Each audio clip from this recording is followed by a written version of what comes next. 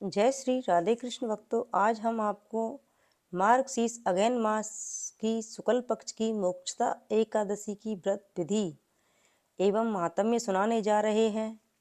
युधिष्ठिर बोले, तीनों लोकों को सुख देने वाले, विश्व के स्वामी, संसार के रचने वाले, पुराण पुरुषोत्तम साक्षात प्रभु श्री विष्णु को मैं प्रणाम करता हूँ। हे देव, हे देवेश, मुझे बड़ा संदेह है। इस कारण संसार के हित के लिए और पापों के नाश के लिए मैं आपसे पूछता हूँ, मार्गशीर्ष शुक्ल पक्ष की एकादशी का क्या नाम है, उसकी क्या विधि है और उसमें किस देवता का पूजन होता है? विस्तार पूर्वक उसकी विधि मुझसे कहिए। श्री कृष्ण बोले, हे राजन, तुम्हारा प्रश्न बहुत सुंदर है। मैं अच्छी तरह से एकादशी का वर्णन करूँगा।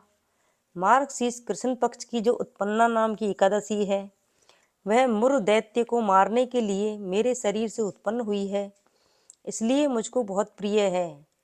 मैं अब मार्गशीर्ष शुक्ला एकादशी का वर्णन करूँगा। इसका नाम मोक्षदा है। यह सब पापों को हरने वाली है। इसमें दामोदर भगवान की अच्छी तरह से पूजा करें, तुलसी की मंजरी और धूप दीप से अच्छी तरह से भगवान की आराधना करें।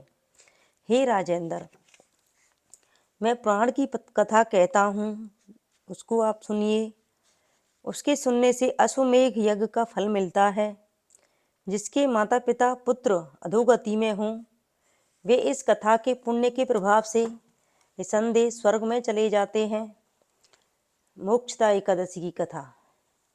हे राजन, वैष्णव से सुशोभित चंपक नामक सुंदर नगर में प्रजा की पुत्र की तरह रक्षा करने वाला वैखानस नामक राजा था। वहाँ वेद ज्ञाता ब्राह्मण रहते थे। एक दिन राजा ने रात्रि में स्वप्न में अधोगति को प्राप्त हुए अपने पिता को देखा। यह देखकर उसे बड़ा आश्चर्य हुआ। उसने ब्राह्मणों से स्वप्न का वृत्तांत कहा। हे ब्राह्मणों, मैंने स्वप्न में अपने पिता को नरक में पड़ा हुआ देखा है। पिता ने मुझसे कहा है कि हे पुत्र, मैं अधोगति में हूँ, मेरा उद्धार करो। इस प्रकार कहते हुए पिता को मैंने स्वयं देखा है। उस समय से मुझे शांति नहीं है। यह विशाल राज्य मुझे असत्य और दुखदाई मालूम होता है।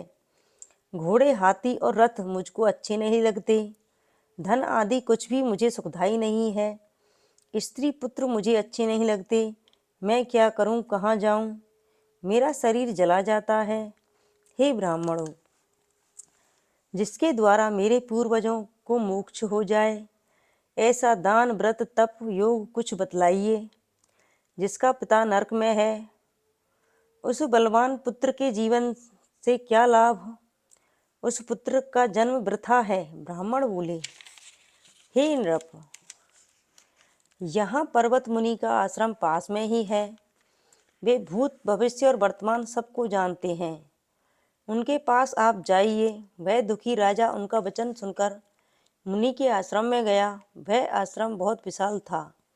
शांत प्रकृति के ब्राह्मण, प्रज्ञा और मुनीश्वरों से सुशोभित था। ऋग्वेदी, यजुर्वेदी, सामवेदी, अथर्ववेदी मुनियों के बीच में बैठे हुए पर्वत मुनि ऐसे मालूम होते थे मानो दूसरे ब्रह्मा हैं। राजा ने वहां जाकर पृथ्वी पर साष्टांग प्रणाम किया। मुनि ने राज्य के सातों अंगों की कुशल पूछी और कहा कि तुम्हारा राज्य निष्कंटक तो है और राज्य में सुख शांति तो है। राजा बोला, हे विप्र, आपकी कृपा से सब कुशल होने पर भी कुछ विघ्न उपस्थित हो गया है। हे ब्राह्मण, मुझे कुछ संदेह है, उसको आप दूर करिए। पर्वत मुनि राजा के यह वचन सुनकर नेत्र बंद करके भूत भविष्य की को सोचने लगे। फिर राजा से बोले, हे राजेंद्र, आपके पिता के पाप को मैंने समझ लिया है। पूर्व जन्म में सतपनी के द्वेष से तुम्हारे पिता ने काम के वशीभूत होकर एक स्त्री को रति दी और दूसरी स्त्री के आग्रह करने पर भी ऋतुदान नहीं दिया। इस कर्म से वह नरक में पड़ा है। प्रजा बोला, हे मुनि, किस व्रत और दान से उस नरक से मेरे पिता का उद्धार होगा, वह उपाय मुझसे कहिए। मुनि बोले, मार्गशीर्ष शुक्ल पक्ष में मोक्षदा नाम की एकादशी है। तुम सब लोग उसका व्रत करके उसका पुण्य पिता को दे दो। उसके पुण्य के प्रभाव से उसकी मोक्ष हो जाएगी। मुनि के इस वचन को सुनकर राजा अपने घर आ गया। जब अगहन सुदी एकादशी आई तब स्त्री पुत्र और रनिवास समेत विधि पूर्वक व्रत करके उसका पुण्य राजा को दे दिया। उस पुण्य के देने पर स्वर्ग से फूलों की वर्षा हुई। वैखानस का पिता देवताओं से स्तुति किया हुआ स्वर्ग को गया और आकाश से स्पष्ट शब्दों में राजा से बोला, हे पुत्र, तेरा सदा कल्याण हो। यह कहकर वह स्वर्ग को चला गया। हे राजन, इस प्रकार जो इस मोक्षदा एकादशी का व्रत करता है उसका पाप दूर होता है, अंत में उसकी मोक्ष हो जाती है।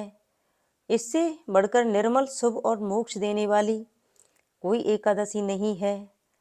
जिन मनुष्यों ने एकादशी का व्रत किया है उनके पुण्य की संख्या हम नहीं कह सकते। चिंतामणि की तरह ये स्वर्ग और मोक्ष को देने वाली है। इस प्रकार मोक्षदा एकादशी की व्रत कथा समाप्त हुई। जय श्री राधे कृष्ण भक्तों।